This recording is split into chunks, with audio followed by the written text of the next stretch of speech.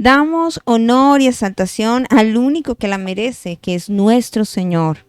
Así que es un honor y un privilegio el poder compartir con cada uno de ustedes en esta hora. Damos una vez más la bienvenida a todas las personas maravillosas y hermosas que a través de este medio nos están viendo y están allí conectados para levantar un altar de adoración y de exaltación a nuestro Dios. En esta mañana vamos a compartir la palabra del Señor y sabemos que llevamos un tema, una secuencia, hemos tenido unos interludios o unos descansos de nuestra serie, pero como lo había nombrado o lo había dicho anteriormente, es por causa de lo que estamos de aniversario. Pero nuevamente retornamos a este estudio de la palabra en el cual oro para que su vida sea edificada y sea transformada. Más que una enseñanza, una lectura que por años muchas personas les da miedo estudiar el libro de Apocalipsis porque tienen una idea ya preconcebida y tener la oportunidad de enseñarlo y de poderlo estudiar y poderlo traer a ustedes es un honor y un gran privilegio. Espero hoy, como expositora de la palabra, que el Señor me sea ayudando para poder explicarles y ustedes puedan entender allí en su casa. Y más que ciertas interpretaciones que muchos han dado, usted pueda ser edificado a esta verdad. Así que vamos a orar y vamos a decirle: amado Dios, te damos muchísimas gracias. Te damos a ti el honor, el privilegio, Señor, es nuestro. Cada día que nos podemos acercar ante el trono de la gracia, confiadamente, sabiendo y entendiendo que es por tu gracia, que es por tu amor que hoy podemos levantar nuestras manos y adorar, pero también, Señor, el poder escuchar tu palabra. Este hermoso libro nos lo recuerda. Bienaventurado todo aquel que lee, que escucha, pero también que ejecuta lo que está escuchando. Señor, por eso en esta hermosa mañana oramos para que el Espíritu de Dios, el Espíritu Santo, sea trayendo ese convencimiento en nuestro corazón y nos ayudes a entender, porque no podemos simplemente con lo que pensamos o creemos en nuestras fuerzas, porque jamás podremos hacerlo. Necesitamos de ti. Y hoy a través de esta hermosa palabra podamos ver a Cristo en todo su esplendor. Señor, así como yo pude verlo cuando estaba estudiando esta palabra, que te puedan ver, Señor, porque el propósito de este libro es revelar a Jesucristo, más que hablar cosas y de suponer y de interpretar. Siempre el propósito principal será ver a Cristo en todo lo que hagamos y miremos a través de la Escritura. Padre, te damos honor y te damos gloria en el nombre de Jesús. Amén y amén. Libro de Apocalipsis capítulo 9, versículo 13 al 21, nos dice de la siguiente manera: el sexto ángel tocó la trompeta y oyó una voz de entre los cuatro cuernos del altar de oro que estaba delante de Dios, diciendo al sexto ángel que tenía la trompeta: desata a los cuatro ángeles que están atados junto al gran río Éufrates. Y fueron desatados los cuatro ángeles que estaban preparados para la hora, día, mes y año, a fin de matar a la tercera parte de los hombres. Y el número de los ejércitos de los jinetes era 200 millones. Yo oí su número. Así vi en visión los caballos y a sus jinetes, los cuales tenían corazas de fuego de zafiro y de azufre, y las cabezas de los caballos eran como cabezas de leones, y de su boca salían fuego, humo y azufre. Por estas tres plagas fue muerta la tercera parte de los hombres, por el fuego, el humo y el azufre que salían de su boca. Pues el poder de sus caballos estaba en su boca y en sus colas, porque sus colas, semejante a serpientes, tenían cabezas y con ellas dañaban. Y los otros hombres que no fueron muertos con estas plagas, ni aun así se arrepintieron de las obras de sus manos, ni dejaron de adorar a los demonios y a las imágenes de oro, de plata, de bronce, de piedra, y de manera, las cuales no pueden ver ni oír ni andar. No se arrepintieron de sus homicidios, ni de sus hechicerías, ni de su fornicación, ni de sus hurtos. Hoy bajo la enseñanza de la sexta trompeta. Hay algo importante y que he reiterado mucho. El propósito del libro de Apocalipsis es revelarnos la persona de Jesucristo. Algunos dirían, y bueno, ¿en qué nos puede revelar a Cristo en medio de caballos, centellas, fuego, azufre? ¿Cierto? Porque es lo que leemos. Nos habla es de un juicio determinado contra la humanidad. Pero en medio de esto hay algo claro, y es que Dios sigue teniendo el control de todas las cosas y que aún sus juicios son determinados por Él. Así que a Dios nada se le sale de su control. Y para dar algo importante que quiero que empecemos a ver es lo que nos dice en el verso 13. Dice que el sexto ángel toca la trompeta y oí una voz de entre los cuatro cuernos del altar de oro que estaba delante de Dios. Y quiero hoy hablar acerca de este elemento importante que era del mobiliario del lugar santo y que hay que entender por qué lo nombra y que esto tiene una relación muy, muy estrecha, muy importante con el verso 20 y 21. ¿Sí? El juicio no se desata porque sí, se desata a través de la voz que se oye desde el altar de oro que estaba delante de Dios.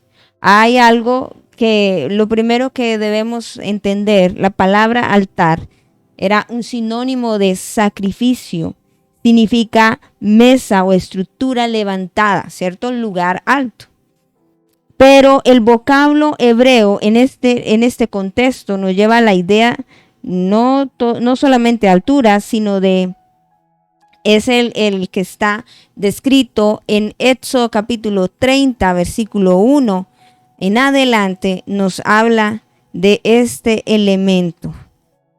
Sin embargo, ya había hablado un poco acerca de lo que es el tabernáculo y cómo estaba especificado, pero es importante para poder entender este juicio. Dice el versículo 1, hará asimismo un altar para quemar el incienso de madera de acacia, lo hará, su longitud será de 1 codo y su anchura de 1 codo será cuadrada y su altura de 2 codos y sus cuernos serán parte del mismo y lo cubrirás de oro puro, su cubierta, sus paredes en derredor y sus cuernos y le harás en derredor una cornisa de oro. Le harás también 2 anillos de oro debajo de su cornisa, a sus 2 esquinas a ambos lados suyos para meter las varas con que será llevado y hará las varas de madera de acacia y la cubrirás de oro.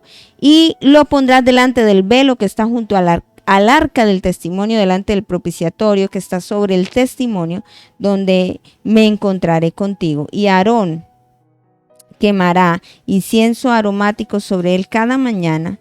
Cuando aliste las lámparas lo quemará, y cuando Aarón encienda las lámparas al anochecer, quemará el incienso, rito perpetuo delante de Jehová por vuestras generaciones. No ofreceréis sobre él incienso extraño, ni holocausto, ni ofrenda, ni tampoco derramaréis sobre él libación, y sobre sus cuernos hará Aarón expiación una vez en el año, con la sangre del sacrificio por el pecado para expiación, una vez en el año hará expiación sobre él. Por vuestras generaciones será muy santo a Jehová.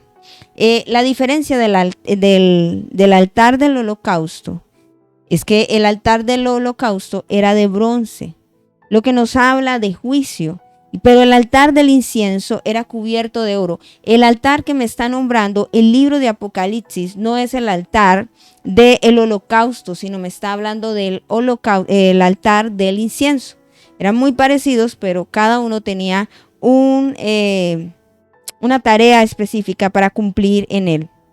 En el primer altar había un continuo derramamiento de sangre, mientras que en el segundo era un perfume perpetuo, que era lo que leíamos en Éxodo. El altar del incienso fue levantado no para ofrecer, como lo acabo de decir, sacrificios ni presentes, sino para quemar sustancias aromáticas. pues es el que se ofrece una mezcla de perfumes, entre los que de estos desprendía principalmente el incienso. Quemar incienso expresa adoración, alabanza y oración. El libro de los Salmos, capítulo 141, versículo 2, me dice de la siguiente manera: suba mi oración delante de ti, ¿como qué? Como el incienso, el don de mis manos como la ofrenda de la tarde.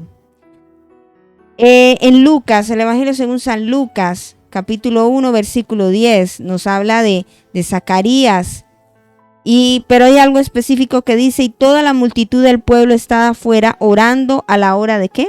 De el incienso. Apocalipsis capítulo 5, ahí mismo en el libro que estamos estudiando, versículo 8 me dice: y cuando hubo tomado el libro, los 4 seres vivientes, los 24 ancianos se postraron delante del Cordero. Todos tenían arpas y copas de oro llenas de incienso, que son las oraciones ¿de quién? De los santos. En Apocalipsis capítulo 8, versículo 3 y 4, también nos dice, otro ángel vino entonces y se paró ante el altar con un incensario de oro, y se le dio mucho incienso para añadirlo a las oraciones de los santos sobre el altar de oro que estaba delante del trono. Y de la mano del ángel subió a la presencia de Dios el humo del incienso con las oraciones de los santos. Aquí hay algo importante que ver. Pues era una caja, ¿cierto? Y dentro de estas desprendían 2 varas, y tenían, a cada esquina tenían un cuerno, y todo dado en oro. La ubicación del altar, la posición del altar era muy significativa, porque estaba el velo que separaba el lugar santo del lugar santísimo, y el altar del incienso o el altar de oro estaba allí cerca de lo que es la cortina. Y cada día, que es lo que hablábamos ahorita en Éxodo, el sacerdote ofrecía esta fragancia, lo que nos indica sombra y figura de las oraciones de los santos. Pero muchos se han quedado simplemente a decir que son nuestras oraciones, y más allá de esto hay una tipología de lo que significa Cristo como tal. La fragancia de aquellos perfumes tenía que ascender como rito perpetuo delante de Dios. Y todo esto me está diciendo que el sacrificio del Señor Jesús es muy santo a Jehová. Ahora, si empezamos a revisar algo importante, nos dice que son las oraciones de los santos. Ahora, quien intercede por nosotros, quien ora constantemente, es Cristo Jesús, resucitado y glorificado, supliendo las necesidades de los santos y de los adoradores. Es decir, ¿quién fue el que murió en la cruz del Calvario? Y esto sería otra enseñanza mucho más profunda de sombras y figuras, con lo que tiene que ver con Cristo. ¿A qué quiero hoy hacer referencia? Y quiero ser muy minuciosa y muy detallista con esto. Es decir, cuando Cristo fue presentado, cuando Cristo murió en la cruz del Calvario, fue presentado no solamente como holocausto de expiación por el pecado, sino dice que el velo se rasgó, y todo lo que impedía el camino al Padre fue quitado, porque nuestro puente, nuestra conexión se llama Jesucristo. Es decir, si el altar del incienso estaba antes de la cortina que separaba, el único que pudo separar, o el único que pudo unir eso, se llama Cristo Jesús. Y recuerde que todo lo que hay en el tabernáculo o en el templo como tal, aún las dimensiones del altar, todo es sombra y figura de lo que en Cristo fue cumplido.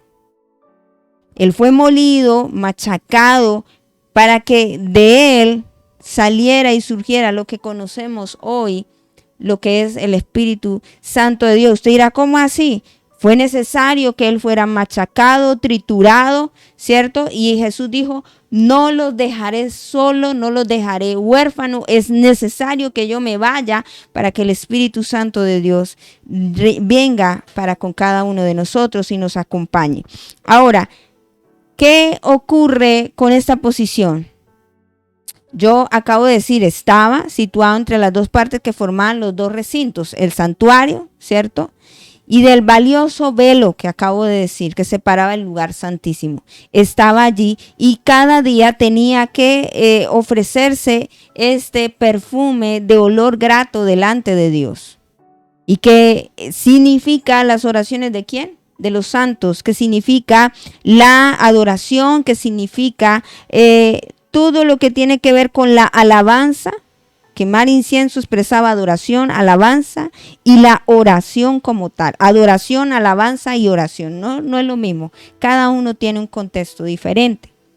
Antes de llegar al arca del pacto o el arca del testimonio, el arca de la alianza, la cual se encontraba en el lugar santísimo, cubierta por los querubines, hoy el altar, ¿cierto? Este altar de sahumerio se hallaba en la estancia terrenal, pero tocando el velo, y su incienso penetraba en la estancia celestial. ¿Qué está diciendo esto?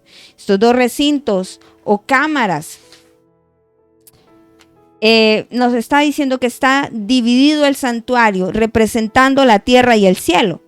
La estancia exterior habla de la vida del creyente en su experiencia terrenal aquí abajo, y la estancia interior en el lugar santísimo, la de arriba.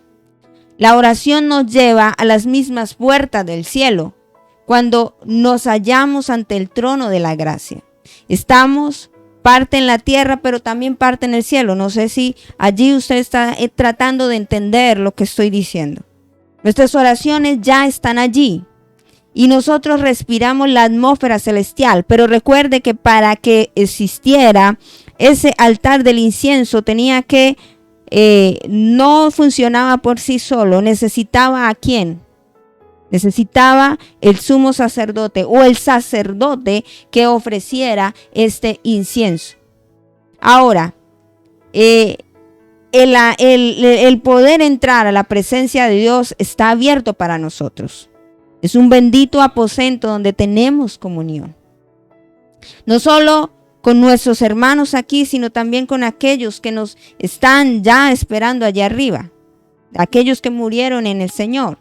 Ahora, con nuestra exposición analítica, tomando prestadas, ¿cierto? Alguna de todo este estudio maravilloso, quiero empezar a hablar los componentes que tenía este altar. Este componente, los materiales, vemos representado la doble naturaleza de Cristo intercesor, la madera de acacia incorruptible, la humanidad impecable de Cristo, el oro, la deidad de Cristo, que ahora está exaltado en el cielo.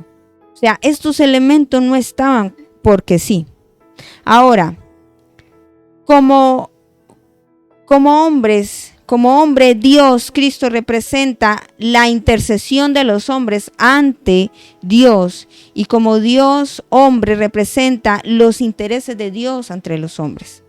Así también el creyente tiene una naturaleza humana y a la vez es participante de la naturaleza divina a través de lo que Cristo hizo. Habiendo recibido esta naturaleza purificadora y santificadora de nuestro Señor Jesucristo. Es decir, que tú y yo no podemos adorar, no podemos alabar, no podemos orar si no estamos conectados en Cristo Jesús. Nuestra oración no tendría peso ni validez, trayéndolo a este contexto, si Cristo no hubiese sido derramado en la cruz del Calvario, muerto, molido, ¿cierto? Pero también no se quedó allí, sino que resucitó. Bueno, pero ¿qué es lo que realmente la idea de lo que usted quiere hablar? Quizás algunos me preguntarán. Y si el juicio, dice, el sexto ángel tocó la trompeta y una voz de entre los 4 cuernos del altar de oro que estaban delante de Dios. Por eso empiezo a hablar de la importancia de dónde estaba el altar. El altar separaba el lugar santo del lugar santísimo. He acabado de hablar acerca de lo terrenal con lo celestial. Y ahora, ¿qué son los cuernos del altar? El cuerno cubierto de oro es símbolo de poder divino y de autoridad. Nos habla del poder de la intercesión de Cristo. Es un Cristo todopoderoso quien intercede por los suyos. Y hay algo también interesante. Nos habla de los 4 puntos y esto tiene que ver con los 4 puntos cardinales de la tierra. Es decir, que Cristo está intercediendo por nosotros, no solo por los que estamos aquí, sino por todo a nivel mundial. ¿Qué es lo que nos habla de la grandeza de nuestro Señor? Ahora, nos habla de recordar la promesa de Jesús y todo lo que pidiéramos en su nombre, ¿Él qué haría? Él lo haría, porque nos habla de esa intercesión. Ahora, ¿qué podemos también ver? El incienso de este altar tipifica lo que digo, la obra intercesora de Cristo, que viene a ser un perfume de olor grato, de olor fragante delante del Señor. Y los 4 puntos que nos habla y nos enseña es ver que la obra intercesora de nuestro sumo sacerdote, pero que también está tipificado allí, que es la adoración, la oración y todo esto en Cristo Jesús, nos da a nivel ¿qué? Mundial. Cubre los 4 puntos de la tierra. Y aquí es entender, muchos han hablado y solo reiteran que es la respuesta, y ya lo vamos a mirar, la respuesta de la oración de la justicia que piden los que han sido como murieron como mártir, ¿cierto? Dando sus vidas por la causa del evangelio. Ahora, pero entendidos que todo refleja y todo tiene que ver a Cristo, esto no está inocente de que muestre el altar de oro. No nos habla que hable un ángel, sino dice que estaba delante de Dios. Es decir, que Cristo, sombra y figura, es el único intercesor, es el único que nos puede ayudar en nuestras oraciones. Hay gente que saca a Cristo de su oración y la misma Biblia me dice todo lo que pidiéramos en su nombre, ¿qué haría Él? Él lo haría. Yo no puedo pretender estar fuera de Cristo, necesito estar en Cristo.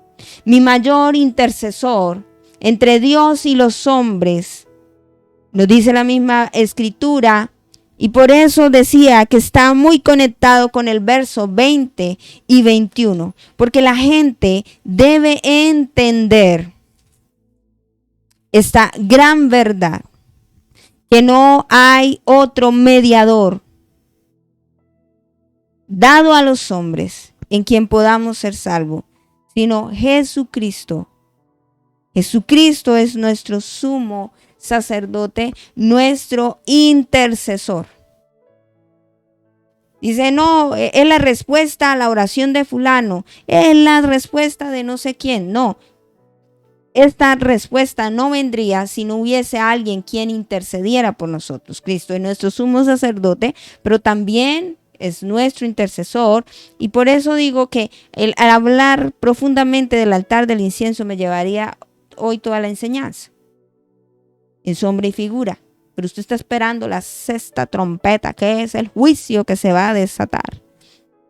Pero quiero que vea allí a Cristo, que es el altar del perfume perpetuo que nos hace ser aceptados delante de ¿quién? Delante de Dios. Y hoy podemos orar, y hoy podemos adorar, y podemos exaltar el nombre del Señor, Porque tenemos un intercesor que constantemente cortó el velo, dice que el velo se rasgó, ¿cierto? El velo se rasgó. Y ese velo separaba el lugar santo del lugar santísimo, y este altar estaba allí. Todo el tiempo estaba oliendo, todo el tiempo tenía que estar quemándose ese perfume. ¿Quién está todo el tiempo orando o hablando, intercediendo por nosotros? Yo quiero que usted me responda allí. Yo sé que por fe usted me va a responder. Se dirá, ¿dónde está eso? Si es la primera vez que me escucha. Primera carta de Timoteo, capítulo 2, versículo 5. Nos dice que hay un solo Dios y un solo mediador, que es nuestro intercesor entre Dios y los hombres, Jesucristo hombre, el cual se dio a sí mismo en rescate por todos, de lo cual se dio testimonio a su debido tiempo. Entendidos en esta hermosa verdad, no hay oración que no pase por la mano del Señor. O sea, yo no puedo orar si no estoy en Cristo. Yo no puedo adorar si no estoy en Cristo. Yo no puedo alabar si no estoy en Cristo. Hay gente que dice, es que Dios contestó mi oración. No puede ser contestada una oración si no está la persona en Cristo Jesús. No sé si me estoy haciendo entender. La voluntad de Dios es buena, es agradable y es perfecta. Si no está en Cristo Jesús, esa oración no puede ser contestada. Por eso, Juan dice en su revelación, en el verso 20 de lo que estamos estudiando, no, dice que los otros hombres que no fueron muertos con estas plagas, ni aún se arrepintieron de las obras, ni dejaron de ¿qué? Adorar a los demonios, a las imágenes de oro, de plata, de bronce, de piedra, de madera, los cuales no pueden ver, ni oír, ni andar. ¿Qué nos está hablando? Que para yo entender que solo hay un Dios, necesito entender que Cristo es mi mediador entre Dios y los hombres. Por eso necesito más sustitutos. ¿Ya pudo comprender y entender? Y por eso el único que puede interceder, pero también traer juicio, ¿es quién? Cristo. O sea, no va a contestar una oración si no estamos en Él. ¿Por qué lo digo? Porque muchos estudiosos han dicho que es la respuesta a, recuerde a uno de los sellos, Apocalipsis capítulo 6, el quinto sello, versículo 9, dice que cuando abrió el quinto sello vi bajo el altar, ¿sí ve? Las almas de los que habían sido muertos por causa de la palabra de Dios y por el testimonio que tenían, y clamaban a gran voz diciendo, ¿hasta cuándo, Señor, santo y verdadero, no juzgas y vengas nuestra sangre en los que moran en la tierra?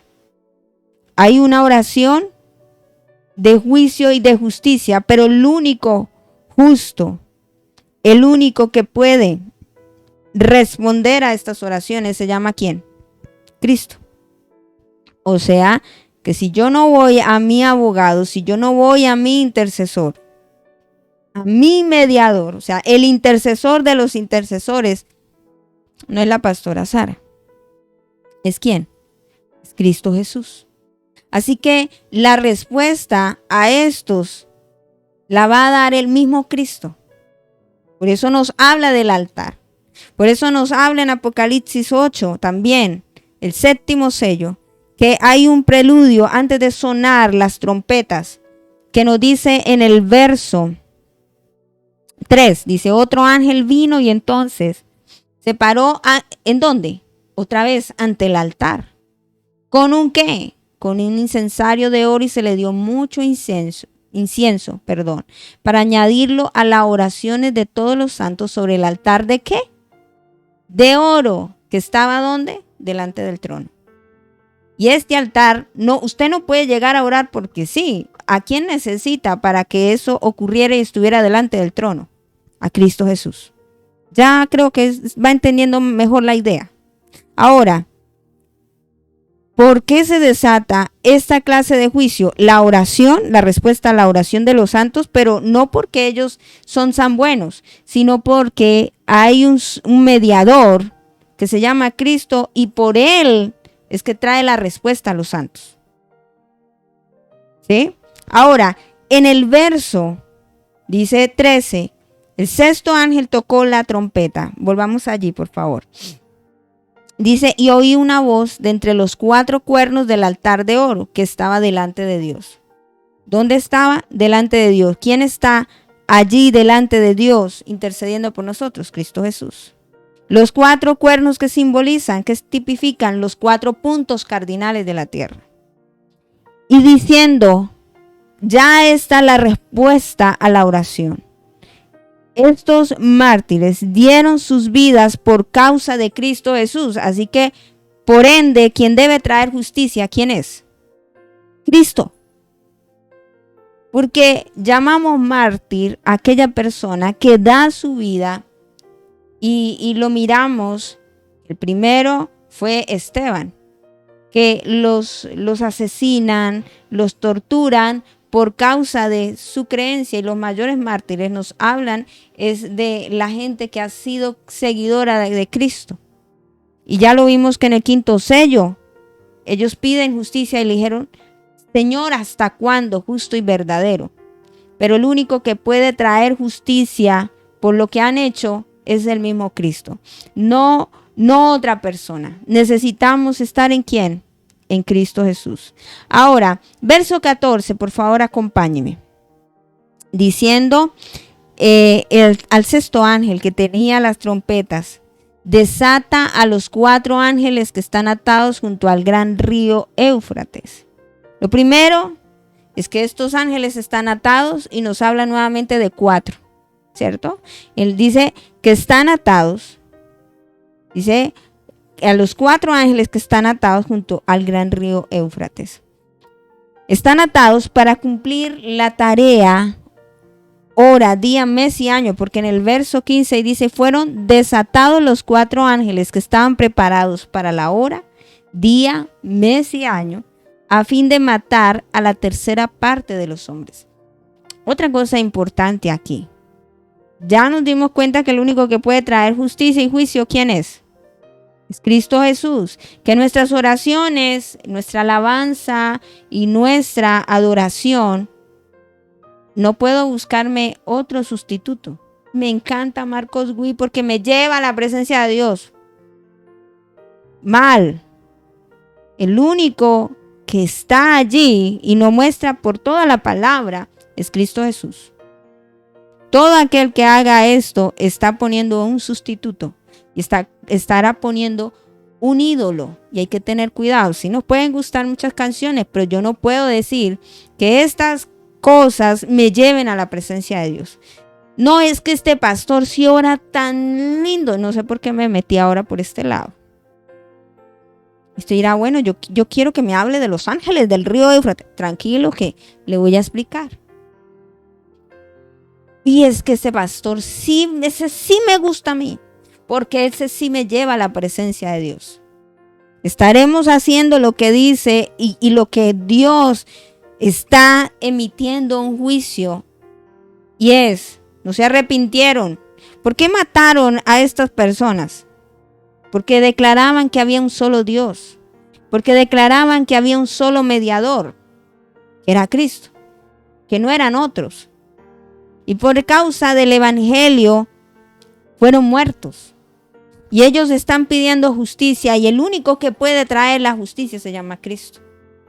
Por eso necesitamos, más que ver el juicio, es ver a Cristo, que Él tiene el control de todo, que Él debe brillar en todas las cosas. Por eso aquí dice, no se arrepienten. ¿Por qué? Porque sin Cristo la gente no puede cambiar. Y hay algo que me pone a pensar.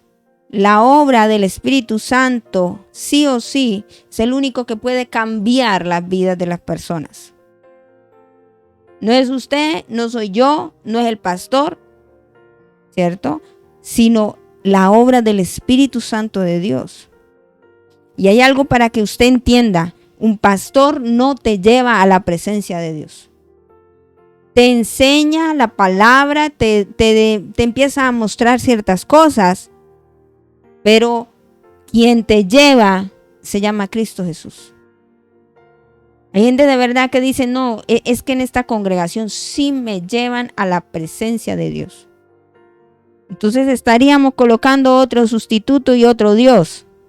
Porque para el Dios que yo conozco, no hay otro mediador, y me lo dice claro, es Cristo Jesús.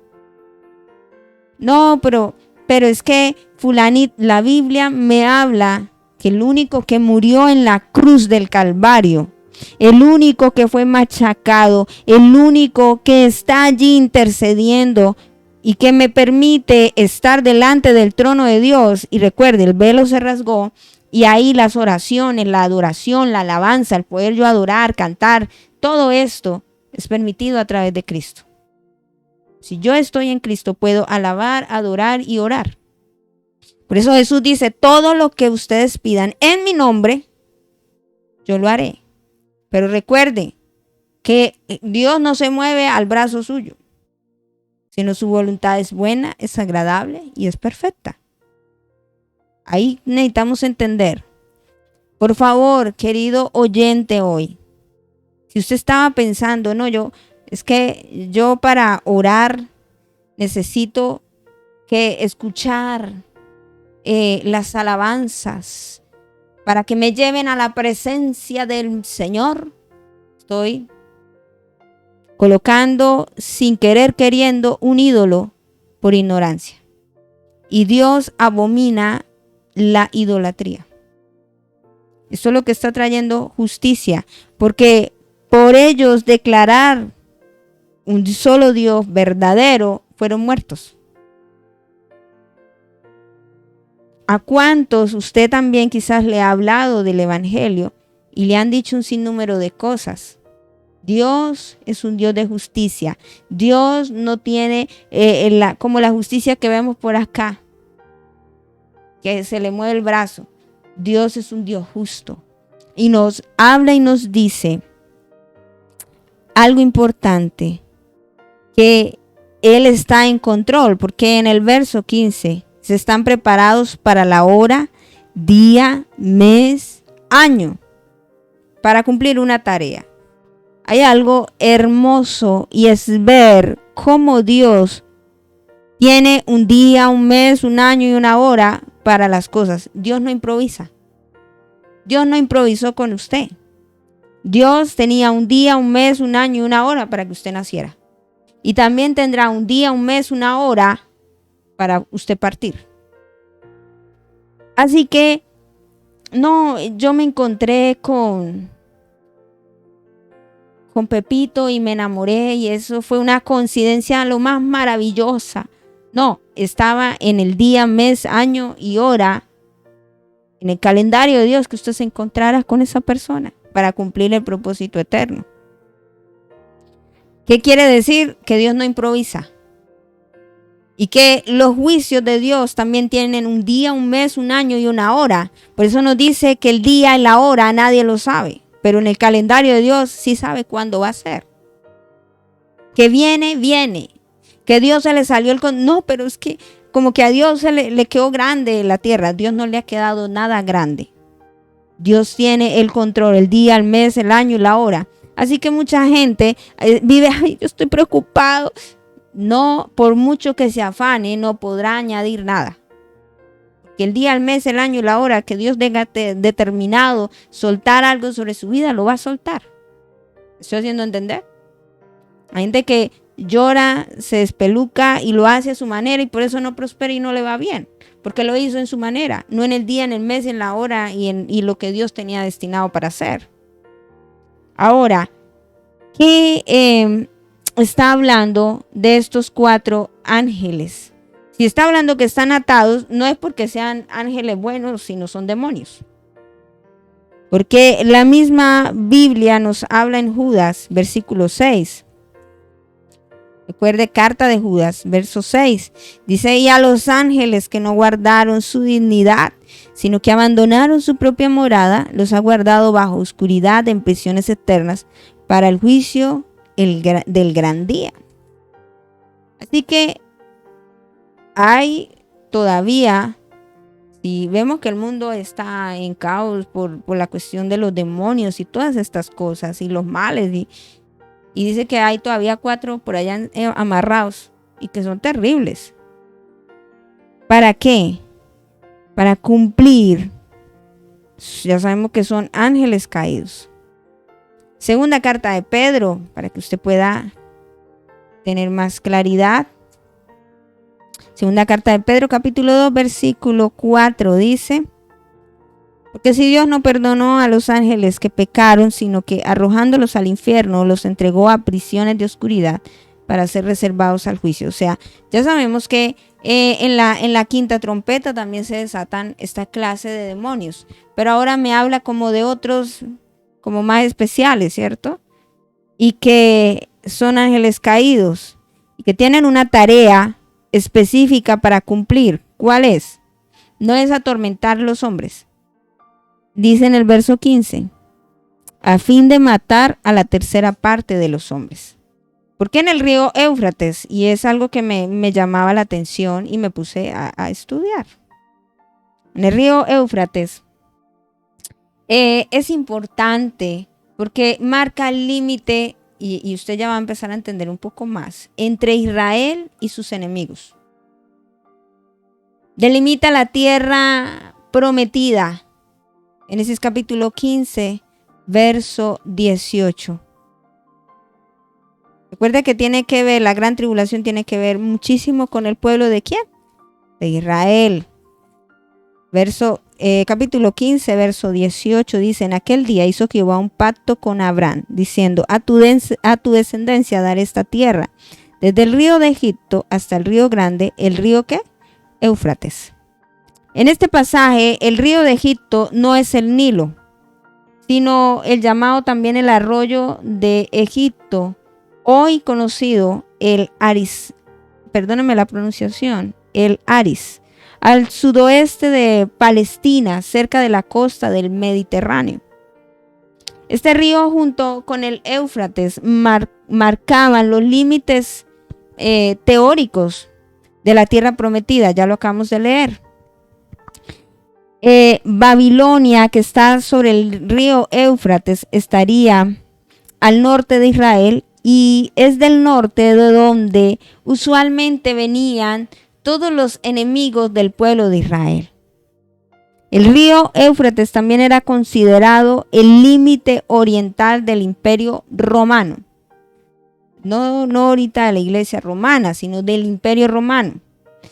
Más allá estaban las naciones enemigas. Al final de los tiempos, el camino que tomaron los enemigos del Señor podrán llegar al último lugar donde se librará la batalla final, llamada el Armagedón. Será el río Éufrates seco, que está detallado, que ya ahorita lo vamos a revisar. No se me preocupe, lo que estoy diciendo.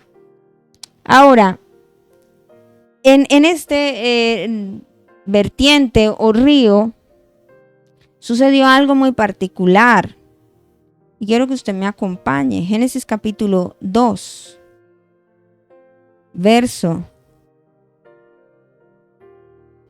dice verso 10, y salía del Edén un río para regar el huerto y de allí se repartían en 4 brazos. El nombre de uno era Pisón. Este es el que rodea toda la tierra de Ávila donde hay oro. El oro de aquella tierra es bueno. Hay allí también bedelio y ónice. El nombre del segundo río es Gihón. Este es el que rodea toda la tierra de Cus. Y el nombre del tercer río es Hiddekel. Este es el que va al oriente de Asiria. Y el cuarto río es ¿el qué? El Éufrates. Muchos han estudiado y han dicho esto y me pareció como curioso y de verdad muy interesante. Según mirando los que han podido profundizar mucho más que yo, Dice el primer río de donde salía, dice del río había un río, ¿cierto? Salía del Edén un río que regaba el huerto y de esto salían 4 brazos y dentro de esto dice que el primer río es conocido hoy como que rodea la península arábica saudita. El segundo, la tierra de Etiopía del sur. El tercero, el Hiddekel o llamado Tigris, que dicen muchos, han dicho que es este, y que está al este de Siria. El cuarto, que es el Éufrates, en la Mesopotamia. Dicen que allí, si de este lugar estaba el Edén, más o menos, algunos empiezan a mirar dónde estaba el Edén, pero digo, pienso yo que Dios se lo tuvo que quitar de aquí, pienso yo, ¿no? No lo dice, es mi pensamiento personal. Entonces empiezan a ubicar y como que está mirando como que al lado del oriente. Ahora, si en este lugar nos está diciendo que del Edén salía este río Éufrates, ¿dónde se da el primer pecado? La desobediencia. En Edén. O sea que tendría que ver también con esta parte.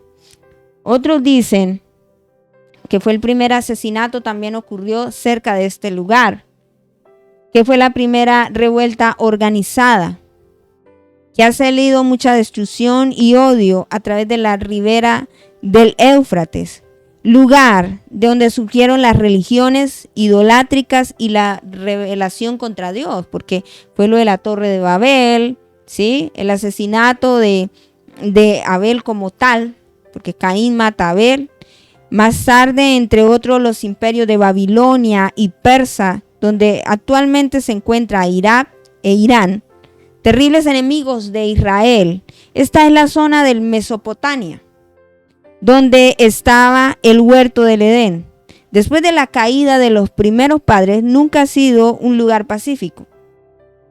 Allí empezó la maldición. Al final de los días, este lugar volverá a ser algo de la actualidad. Y creo que tiene mucha relación, ¿cierto? Porque si todo comenzó allá, pues esto tiene que terminar allá. Y yo digo, wow. Ahora, yo les nombraba minutos anteriores acerca del lugar, del camino que tomarán los enemigos del Señor para llegar al último lugar donde se librará la batalla final llamada el Armagedón. Será el mismo río Éufrates, seco. Apocalipsis capítulo 16, versículo 12, por favor, acompáñame. Dice la siguiente manera: el sexto ángel derramó su copa sobre el gran río, ¿qué? Otra vez, Éufrates, y el agua de ésta se secó, para que estuviese preparado el camino a los reyes del oriente. O sea que de este lugar, ya sabemos que vendrán los del oriente para tocar Tierra Santa y hacer guerra contra Israel. Ahora usted, yo creo que cogerá el mapa y empezará a mirar qué hay allá en ese. Dice que están atados estos demonios. Creo que usted ya empieza como a entender un poco más, ¿cierto? Dice, y fueron desatados estos para que mataran. No era atormentar ni nada, sino matar. Ahora dice, y el número de los ejércitos de los jinetes era 200 millones. Yo oí su nombre. Yo oí su número, perdón. Nos habla de ejércitos, y nos habla de jinetes y nos dice 200 millones. O sea, eso es mucha gente, ¿cierto? Diría uno, terrible. Ahora, ¿quiénes son estos jinetes? Porque dice que desataron solo 4, ¿cuántos?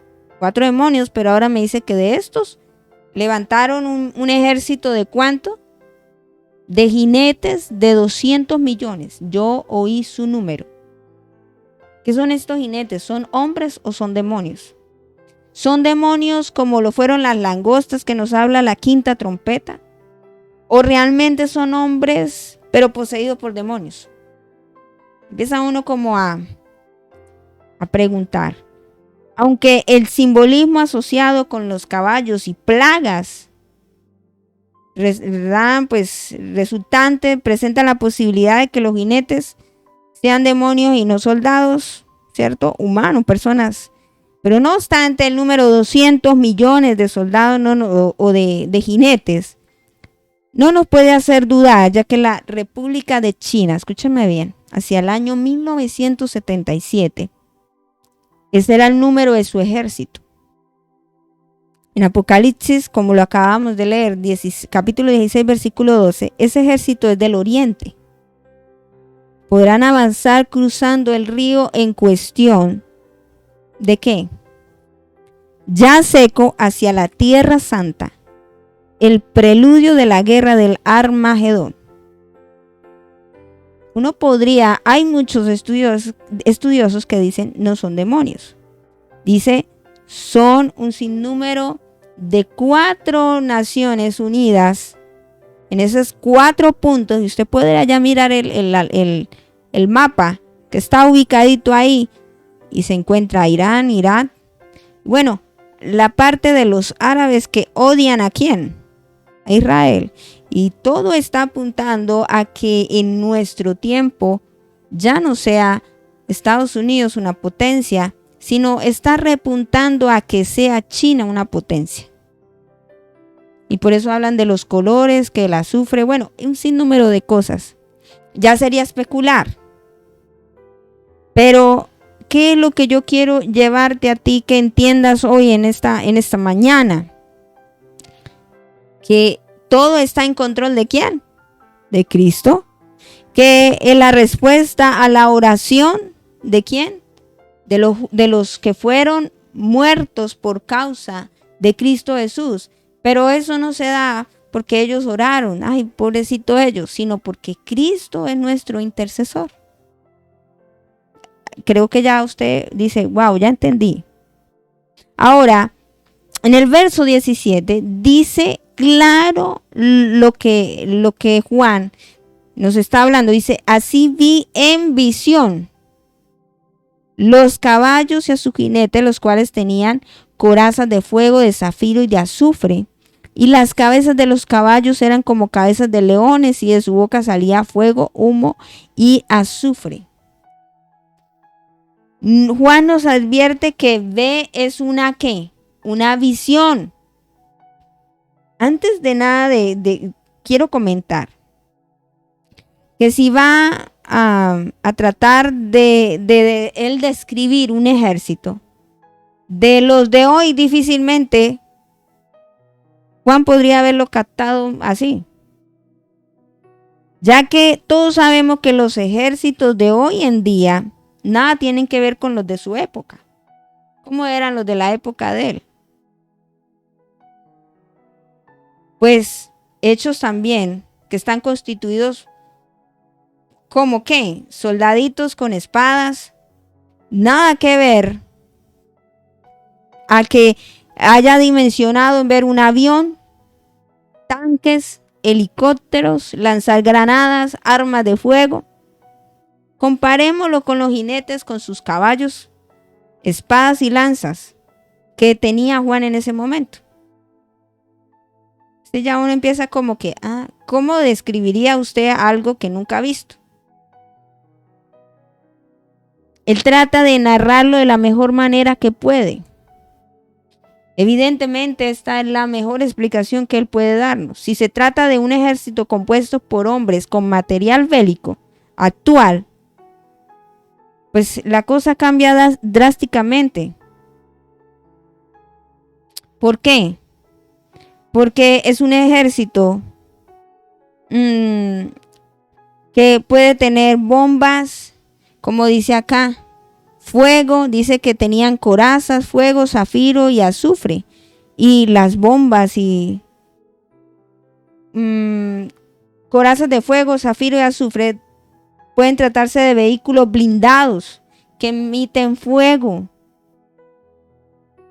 Tal vez también emitan productos biológicos o químicos actualmente prohibidos que causen la muerte. Entonces, qué bueno. Dijo, voy cerrando aquí. Dijo, continuará. Para ver la séptima trompeta y dentro de estas trompetas estaremos viendo las copas de ira. Las 7 copas de ira. ¿Qué es lo más importante que usted tiene que entender? ¿El juicio? ¿Qué son las naciones? ¿Cuáles son las naciones? ¿Son demonios? No, lo más importante es ver a Cristo como nuestro intercesor. Por eso él inicia hablando del altar de oro y finaliza diciendo que no se arrepintieron, que Él está en control y que nadie puede llegar a Cristo si no es a través de Él. ¿Pudimos entender hoy? Esta es la enseñanza del día de hoy. Y más, dijo, a mí me empieza como a apasionar estos temas. Y vamos a poder mirar las dos teorías que hay. Son teorías. Unos dicen son demonios, otros dicen que son soldados. Y usted me dirá, y bueno, ¿usted cuál cree? Yo solo lo que sé es que yo ya no voy a estar aquí.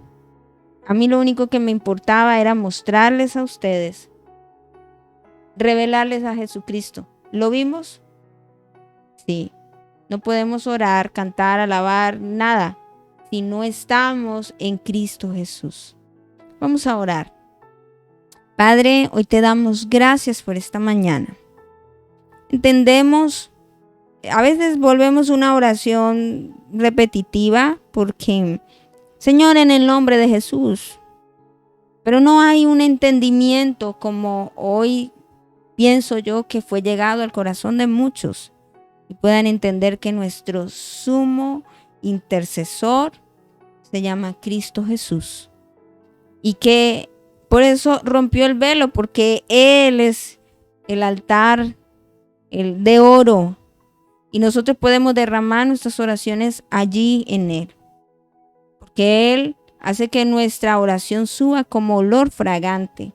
No es en nuestras fuerzas y automáticamente también es nuestro sumo sacerdote. Damos honor y gloria a ti, porque también el único digno de emitir juicio se llama Cristo Jesús. El día, la hora, el mes, todo está dispuesto en tu calendario. Nada, absolutamente nada, Señor, se sale de tu control. Nuestra vida, nuestro nacimiento, todo está en tus manos. Qué bueno que la gente pudiera entender que todo se trata de ti y que todo vuelve a ti. Hoy nuestra oración de clamor y de intercesión es para poder comprender esta gran verdad. Padre, quita todo sustituto, Señor. Y hoy te invito allí donde tú estás, que si has colocado personas, cosas, diciendo que son ellos los que te llevan, hoy quita eso de tu corazón y de tu mente y puedas entender que el único medio, el único camino se llama Cristo Jesús. Y no caigamos en este error. Que el Espíritu Santo empiece a ministrar tu vida y te pueda mostrar que solo a través de Cristo Jesús podemos y tenemos lugar en el lugar santísimo. Gracias te damos, amado Señor, porque tú eres nuestro Señor y eres nuestro Salvador también. Damos honor y gloria por los siglos de los siglos. Amén y amén. Que esta palabra, querido oyente, querida familia hermosa que me está viendo en esta hora y que ha permanecido hasta el final, haya animado su corazón y le haya podido demostrar que solo hay un Dios, solo hay un mediador. No se trata ni de la misión, no se trata de que yo pienso de que es la pastora, que es el pastor, no. Se trata de que Cristo es nuestro único camino y a Él es el que tenemos que cogernos y tomar para poder orar, adorar y bueno, todas estas cosas. ¿Usted quiere todo esto? La respuesta a esta fórmula mágica se llama ¿cómo? Se llama Cristo. Fuera de Cristo, nada que hacer. Así que espero que la gracia, el favor del Señor sea sobre cada uno de ustedes y que tengan todos una feliz tarde. Mil bendiciones para todos.